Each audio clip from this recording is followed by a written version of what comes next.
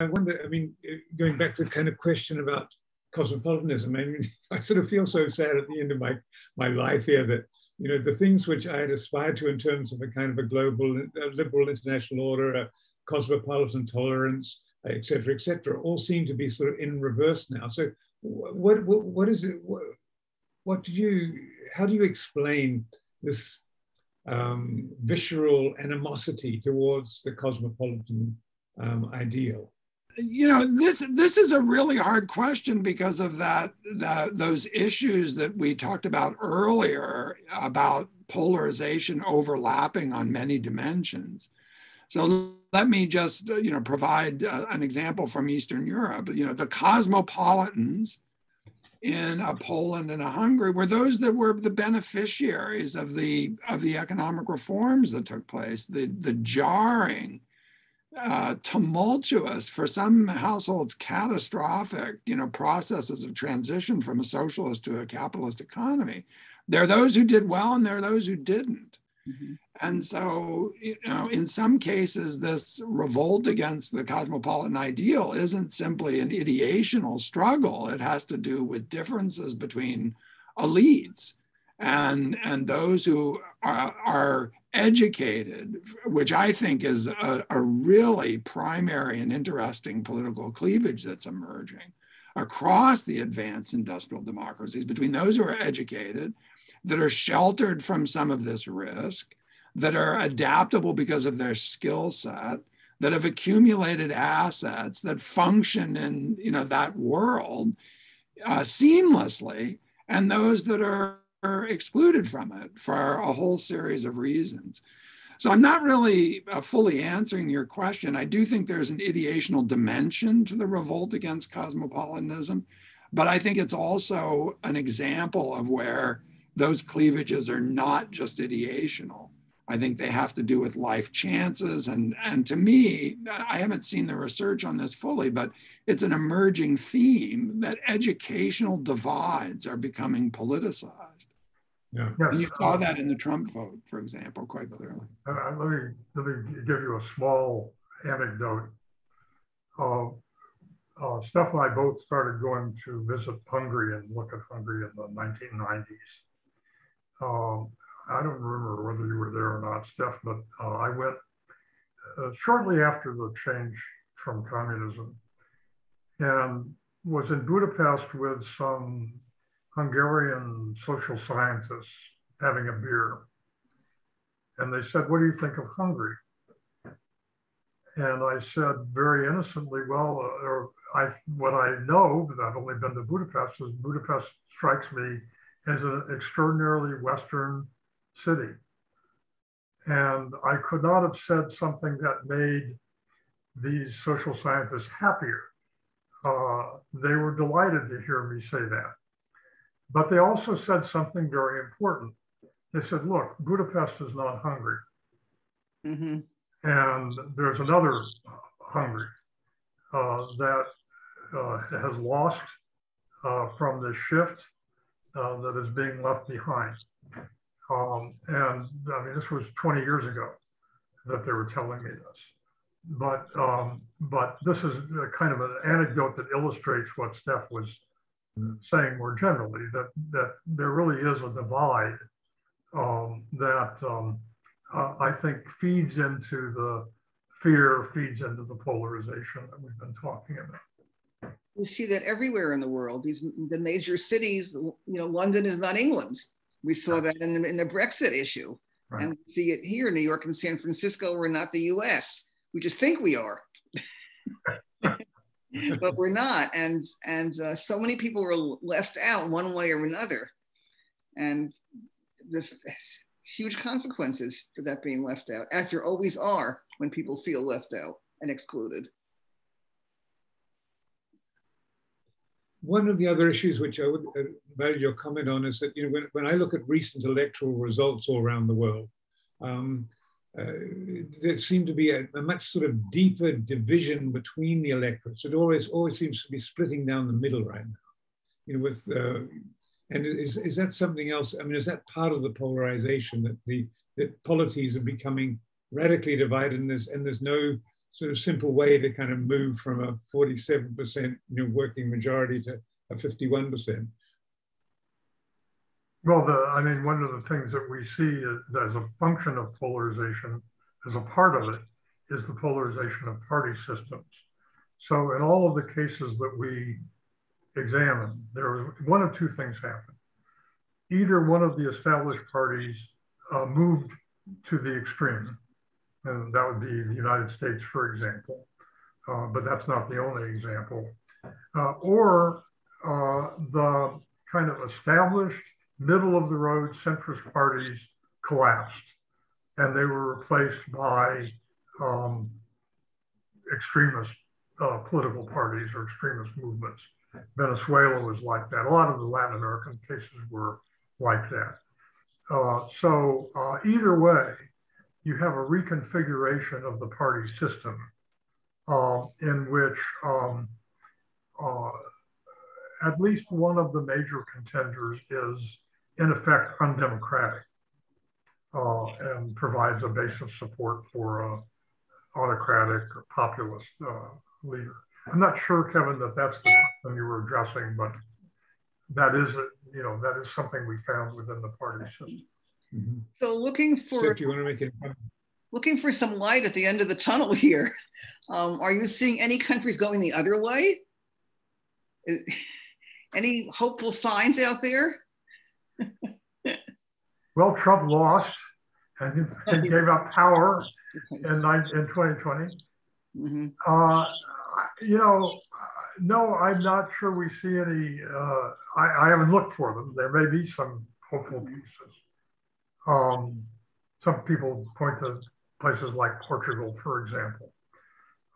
But I think that, with the autocratic winds blowing the way they're blowing, and particularly with the United States in such terrible trouble, yes, it's hard to be very optimistic. It is a good thing that Trump lost, and the fact that you now have Democrats, both with a large D and a small d, controlling the government offers some basis for hope. But what we're also seeing is that it's an uphill climb to kind of reconstruct the American political system. Stephan, there's a question that you suggested that we talk about, which is, sort of what it's the question you're asking, what's the hope? What is the, and I guess that I don't know the way out for a country like the United States, but I think that part of the way out is to figure out how to govern. So the good guys have a chance in the United States. They've kicked out the bad guys. Mm-hmm. That's true in a number of other cases too, in Ecuador and Ukraine. The autocrats aren't always able to stay in power. It'll happen, I think, in Brazil as well. So the question is, once you get the bad guys out, how do you fix the system? Yeah. I don't think there's any sort of formula for that. But the only way I think to start is to figure out how to deliver things, which we haven't done a very good job of here in the United States. But that's a kind of a minimum necessary condition for righting the ship. It doesn't guarantee that if you do it, things will turn out well. But what is guaranteed for sure is that if you don't do it, if you don't figure out problems of governance, it's going to go in the wrong direction. Yeah. So, I mean, that's the conclusion I come up with. Yeah, and if you're not building the new while you're taking down the old, there's nothing to move toward. So these things have to be happening simultaneously. Steph, do you want to add to that?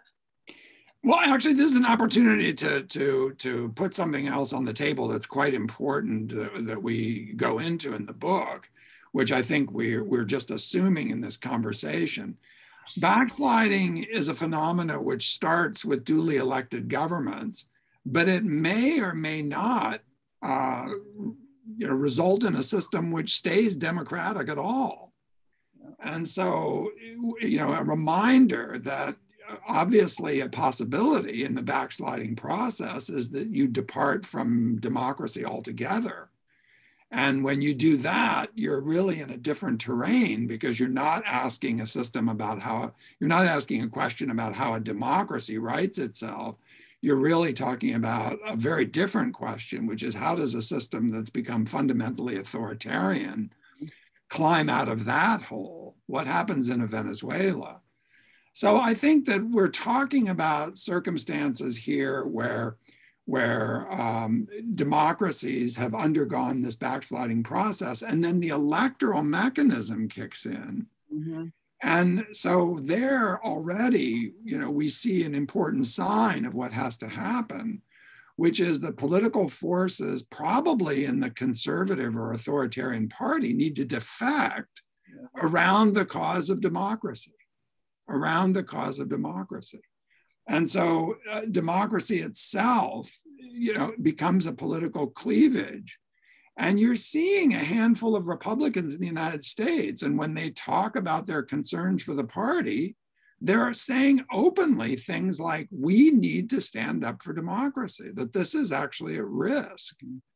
Now, that raises a question of how these authoritarian parties, what happens within them when they win and when they lose. And of course, if they win and are able to dominate the political system, they have no interest in giving it up. But if they lose, you have some kind of internal process, which presumably takes place, a reflection on that defeat. And I think what's happening in the Republican Party right now that's on open display is a conversation about whether they're going to stick to the original script and make claims such as the fact that the election was stolen, or whether they're going to try to pivot away from that and rebuild a brand which is not anchored in Trump issues. Yeah. And that to me, is a very important part of this reconstruction. It's not just the oppositions, it's what happens within these authoritarian parties and whether they're going to stick to that path. And the way that goes will matter tremendously to this country and to the whole world. So can I sort of make a comment here from the whole world? I mean, when we were looking at the kind of the Trump era, one of the things which kind of none of us could really kind of understand was, the rather weak support of an independent Department of Justice, weak support for a kind of a cosmopolitan Supreme Court, and we were sort of left wondering what would have happened if the police or the military had sided with Trump and the Republicans. Well, I think that the diagnosis of what happened in the United States should not just focus on what went wrong, but try to identify the features of the system that ended up mattering quite significantly for the survival of democracy.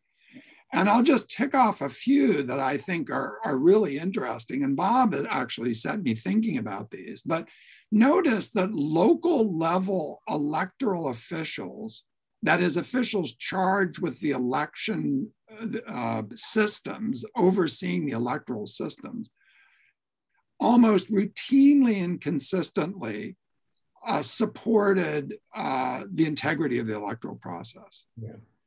Imagine a system where they were tinkering with results openly. So that's an interesting thing. And of course, this has been said many times, but look at the courts. If you look at a country like Hungary, one of the first things that Orban did was go after the independence of the judiciary, dramatically freeing himself from constraints. And in the United States, as you know, there were something like 30 lawsuits that were filed, and every single one of them, without exception, was not only thrown out, but was thrown out, with malice, you could say, where judges openly said, this is frivolous, this is undemocratic. So, I mean, it's a small thing to cling to little victories. But we do have to look at the aspects of the system that ended up holding in the United States. And I think the military, the civil service, professionalism at the highest levels of the major departments were also a piece of that storyline. Well, that's reassuring. Bob, do you understand? Well, it is reassuring, and I think those are great points. But I hope we're not ending this conversation on a grim note, but of course this was a very close call in many respects. I mean, I think that what saved the day, or what contributed to saving the day, was that Biden won by millions of votes in 6 or 7 major states that were decisive in the Electoral College. We might have seen a rather different outcome if the vote had been close, and the balance was in one or two states rather than 6 or 7. And what we're seeing now is I subscribe to this. Robert Kaplan wrote a op-ed piece a week or two ago where he said we're still in a constitutional crisis. Yes. And his point was that all of the bulwarks, all of the safeguards that Steph, I think, rightly mentioned, are really under siege. And so at the level of the states, you're seeing kind of efforts to kind of overturn the professional vote counters and secretaries of state. You're seeing voter suppression laws.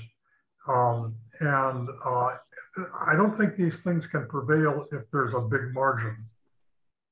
But I think we're in substantial risk if the margin gets smaller. And since we don't have a majoritarian system in an institutional sense, since minorities can prevail, I think this puts us in a lot of danger.